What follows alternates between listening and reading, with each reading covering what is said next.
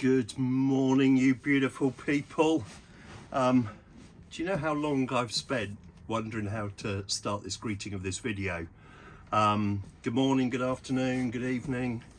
Why I bothered, I do not know, because two people will watch this and one of those will be me. So if you stay to the end, that'll be wonderful. I thought what would be great is doing a little video about my life on the boat and stuff about photography. So I thought I'd start at the beginning because it's a good place to start, and I thought I'd talk to you about boat life and living on a narrowboat. What's a narrowboat? It's a long boat that is narrow, 57 foot long, 6'10" wide. That's external, so inside it's 6 footish. Yes, it has got a toilet. Yes, it has got a shower. Yes, it is warm in winter, because the law is that you have to ask all boaters, is it cold in the winter? No, we have a fire, a stove. You can burn wood, you can burn coal, and it's warmer than my flat in Chiswick ever was, I can tell you that for nothing. So yes, it's warm in winter. Anyway, what I thought would be good, it's like being Ronnie Corbett or something in this chair. Yeah, like anybody remembers that. So I thought it'd be good to talk about living on a boat, and here I am at the moment. I am in Brentford on the Canal. Now, when I talk about living on a narrowboat, people go, oh yes, the Thames. No, I don't normally live on the Thames. I have done, but the Thames is that little wiggly thing that goes through the middle. It's a great map, this, isn't it? It's the wiggly thing on EastEnders, goes through the middle of London and goes through Houses of Parliament, past the London Eye, out towards Greenwich, etc. I'm not on that most of the time. I'm on a canal. Now, it amazes me how many people don't actually know there is a canal system. The canals were built by hand, literally with guys with spades, digging the whole canal system. There's still 2,000 miles or so left in the whole of Britain, mainly in England, and that is managed by a company, well, a charity called CRT, which is Canal and Rivers Trust, and you pay them a license, which is for me £1,300 a year. You don't pay council tax legally, because I'm moving. I move every 2 weeks. That's part of the agreement. You can moor permanently in one place, but in London a permanent mooring will cost you in the region of £15,000 to £20,000 per year. You can't buy one, there's never any for sale, so you can only rent. So 15 to 20 grand to have a rental mooring, or 1,300 or thereabouts to then move every 2 weeks. And people say, oh, doesn't that get on your nerves? I would hate living on a boat and then not moving.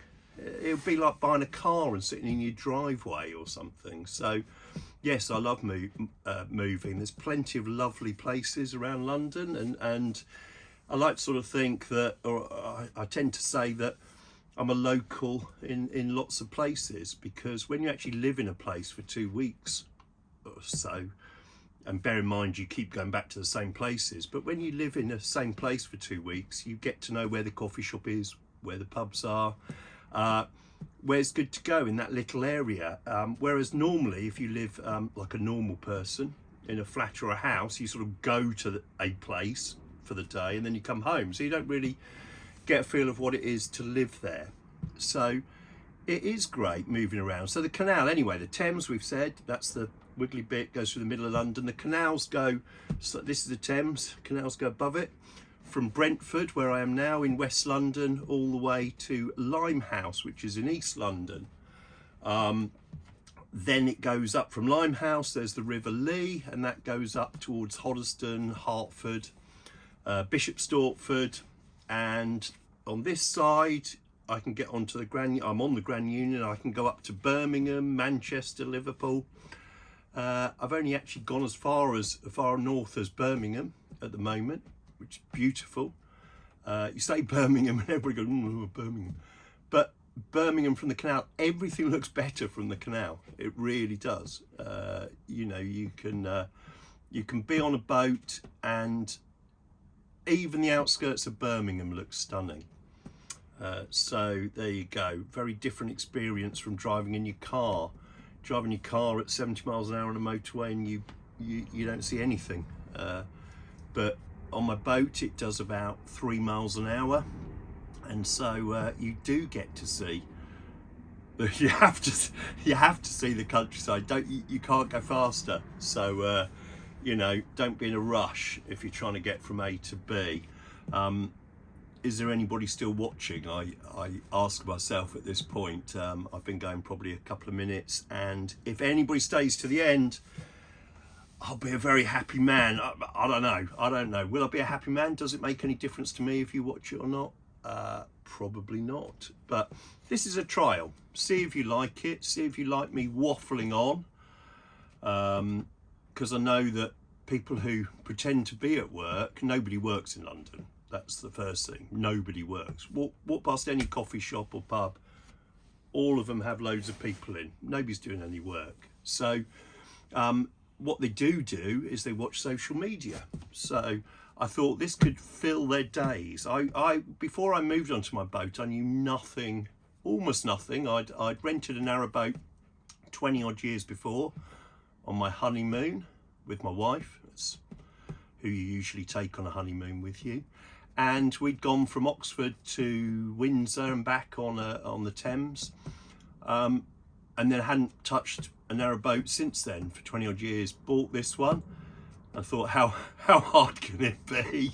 I watched this guy on YouTube, brilliant guy on YouTube. 6 years ago this was, and before I got my boat, I thought, I know nothing. What about water? What about toilets? What about anything? I knew nothing about how it all worked. So I watched this guy cruising the cut, I think it was. At the time, there were almost no videos about living on a boat. Now, believe it or not, you can't move for videos of living on a narrowboat.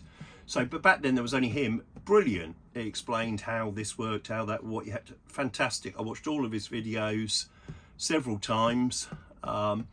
And then moved on. So water, you have a big tank in a boat and you fill it with water. So you have taps. Water comes out of a tap because it's held in a tank. Toilets, everybody's obsessed with toilets on boats. You have different sorts. One is a pump out, so it has a tank, like a septic tank, fills up, and you literally attach like a suction pipe thing at certain places, and that sucks it all out. How lovely.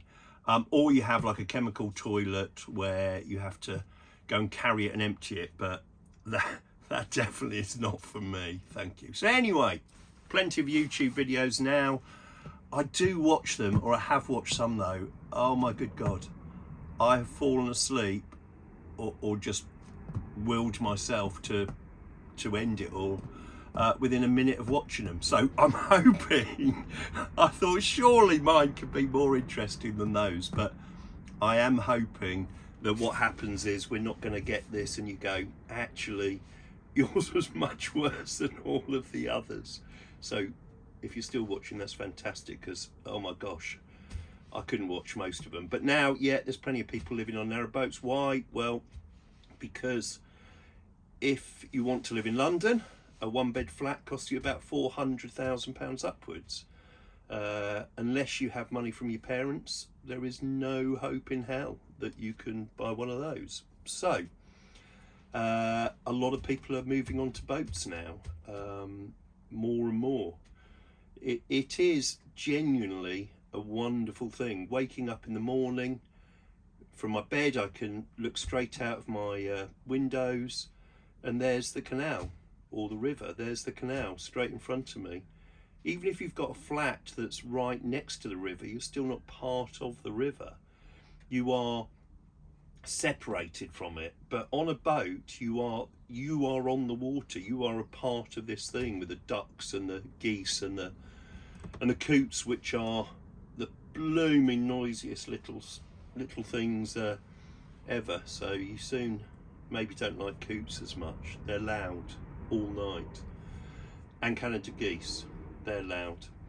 So you are part of the sort of river or canal, and you know, look up where the canal goes. It's fantastic. You can be out in the middle of nowhere, literally in the middle of nowhere, with nobody around for a mile or two, or you can be right in the middle of King's Cross or Islington, or you know, a load of other places right in the centre of London, and live there. Step off. It's such a thrill. You can step off with your boat in Paddington, and you can be absolutely in the middle of London, a few minutes walk sort of thing. So unless you had a few million quid for a flat, you couldn't hope to live there. And even people like me, even peasants like me, can live in these amazing places. And when you get fed up of being in the centre of London, you move out of the centre. Boat going past at the moment, there you go. You might hear it chugging along. Is there a community of boaters? That's another thing that people ask me. No, there isn't. It's like living on a, well, there isn't a community in my opinion. Boaters could cause an argument with each other within 0.01 of a second. So more about that on another video, if I ever do a video. But anyway, my name is Alastair Hilton, and it'd be great, check out my Twitter, which is at London_W4. Check out my Instagram, which is at Alastair Hilton. That's ALASTAIR Hilton, and see what I do for a day job. But in the meantime, this is me on my boat. I hope I haven't left anything too embarrassing right behind my head that you're going to see. But thank you for watching on the vague off chance that anybody watched this first ramble to camera. And next time I might even prepare a script. Have fun. Take care. Bye bye.